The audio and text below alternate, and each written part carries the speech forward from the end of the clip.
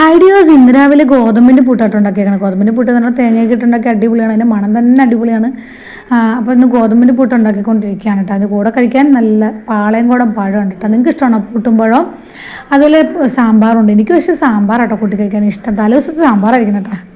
അപ്പോൾ ഇത് തലേദിവസം സാമ്പാറാണ്. ദീച്ചയ്ക്ക് പഴമാണ് ഇഷ്ടം. പിന്നെ ഇതുപോലെ തന്നെ ഇന്നലെ മാവ് എടുത്ത് ഫ്രിഡ്ജിൽ വെച്ചിട്ടുണ്ടായിരുന്നു, ഇഡ്ഡലിയുടെ മാവ്. ദോശ ഉണ്ടാക്കാം കേട്ടോ, രണ്ട് സോഫ്റ്റായിട്ട് അരച്ചേക്കണേ.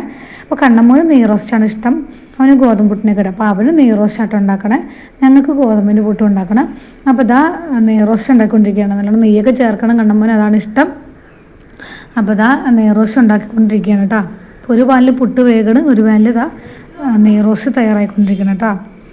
ഓക്കെ, ഇപ്പുറം വെച്ചിട്ടുണ്ട് പുട്ട് കണ്ടോ. പുട്ട് വെന്തുകൊണ്ടിരിക്കുന്നു, നെയ് റോസ്റ്റ് ഇവിടെ കിടന്ന് വേകുന്നുണ്ടോ. കാരണം ഗോതമ്പ് പുട്ടിന് ഇച്ചിരി കൂടെ വേഗം ഉണ്ടല്ലോ, അപ്പോൾ നല്ല മണം വന്നുകൊണ്ടിരിക്കുകയാണ്, പുട്ടിൻ്റെ മണം, പിന്നെ നെയ് റോസ്റ്റിൻ്റെ മണം കേട്ടോ. ഒത്തിരി ഫ്രൈഡാക്കി എടുത്തിട്ടില്ല കേട്ടോ. ഒത്തിരി ഇങ്ങനെ പൊടിഞ്ഞു പോകണ എടുത്താൽ കണ്ണമ്മോന് ഇഷ്ടമല്ല കേട്ടോ, അതുകൊണ്ടാണ് ഇങ്ങനെ ഉണ്ടാക്കിയേക്കണേ കണ്ടോ. അപ്പം നെയ് റോസ്റ്റ് ആയിട്ടുണ്ട്. ഒത്തിരി പൊടിഞ്ഞു പോലെ ഡ്രൈ ആയി ഇഷ്ടമല്ല. പിന്നെ കട്ടൻ കാപ്പി ആയിട്ടൊന്ന് കഴിക്കാനുള്ളത്. Tongue dears.